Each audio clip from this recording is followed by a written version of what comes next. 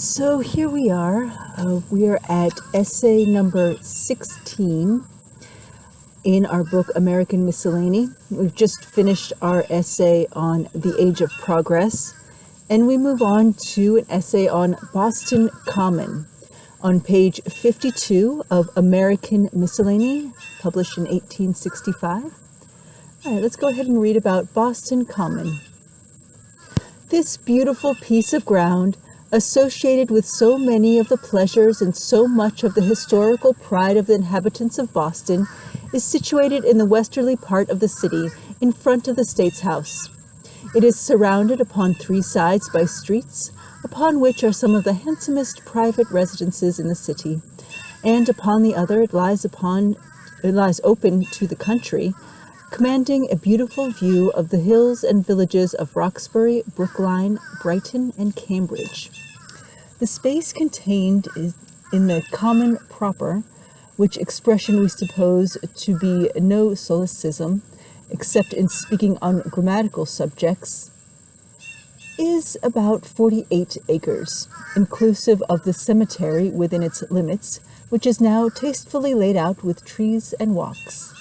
The land west of Charles Street and held by the city as part of the same property, as joint stock of the citizens, is now used for a public garden and is rapidly becoming an ornament and a benefit to Boston. The common, including this piece of land, consists of about 75 acres, and to the traveler entering the city from the west, forms a very extensive opening among the otherwise compact masses of brick upon the peninsula. The malls about the common are shaded by the most beautiful elms and trees, mostly American elms, old denizens of colonial times, and young children of city parentage, stand in numbers. To speak statistically, there are over 700 in every part of the common. Near its center is a little sheet of fresh water, now the basin of a beautiful Cochituate fountain, which modern refinement once christened Crescent Pond and once Quincy Lake, but which Bostonians will probably ever speak of, since all men are boys once, as Frog Pond. About this pond have been set some young and thrifty elms, which we hope to see yet rivaling in beauty their older brothers in the malls. South of the pond stands the most prominent of the eminences with which the surface of the common is varied, which until within a few years has borne the marks of a fortification thrown up by the British troops quartered here in 1775.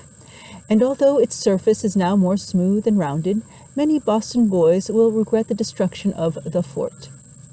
The common has never been, as supposed by some, held as property of an individual or individuals. It appears from the deposition of several of the then oldest inhabitants taken before Governor Bradstreet in 1684, for the purpose of discovering the true terms and agreement by which the peninsula was obtained by the colony under Winthrop, that after the land, with a reservation of about 6 acres, has been sold to them by Mr. William Blackstone for a considerable sum of money, made up by a subscription of 6 shillings from each householder. None, says the affidavit, paying less, some considerably more. The town laid out a place for a training field, which ever since and is now used for that purpose and for the feeding of cattle. This was the origin of the common, which we first find alluded to in the town records under the date of October 10th, 1634, when certain commissioners appointed to divide and dispose of the unoccupied lands are instructed to leave out such portions in common for the use of newcomers and the further benefit of the town, as in their best discretions they shall think fit. Some further extracts from the town records on this subject may be found interesting. In May 1729, we find an admirable instance of the "when it rains, let it rain" philosophy, an attempt having been made to do something with the marsh on the west side of the common. The select men, having viewed the marsh at the bottom of the common and not finding any material use that can be made of it, etc., are of opinion that it is best to lie in the condition it now is. This condition seems to have been, for a piece of land, about as precarious as that of some modern Western cities, for we find an account about that time, January 1728, of 2 young men skating at the bottom of the common who were drowned there from the breaking of the ice. In March 1733, it was voted that the row of trees already planted on the common be taken care of by the selectmen, and that another row of trees be planted there at a suitable distance, and that a row of posts with a rail on the top of them be set up and continued through the common from the burying place to Colonel Fitch's fence, leaving openings at the several streets and lanes. In 1739, it was voted that posts and rails be set up from the granary in Common Street, the site of the present Park Street Church, to Beacon Street. We find subsequently 2 propositions for disposing of parts of the common. One, to sell Fox Hill on the common, a low, sandy mound which has been leveled and used in filling up the above-mentioned marsh. And one petition from a citizen for half an acre of land to be taken out of the common for a house lot, but neither of them was acceded to. The original purposes specified in the reservation of the common as a place for a training field and the feeding of cattle were long subserved by it. We hope that the planting of so many trees, which has rendered it unfit for the former purpose, will preserve it from that use in the future, as it has done in a great degree lately. Cattle have been kept there within the last 15 or 20 years, and the city ordinance that forbids this bears date as late as 1833.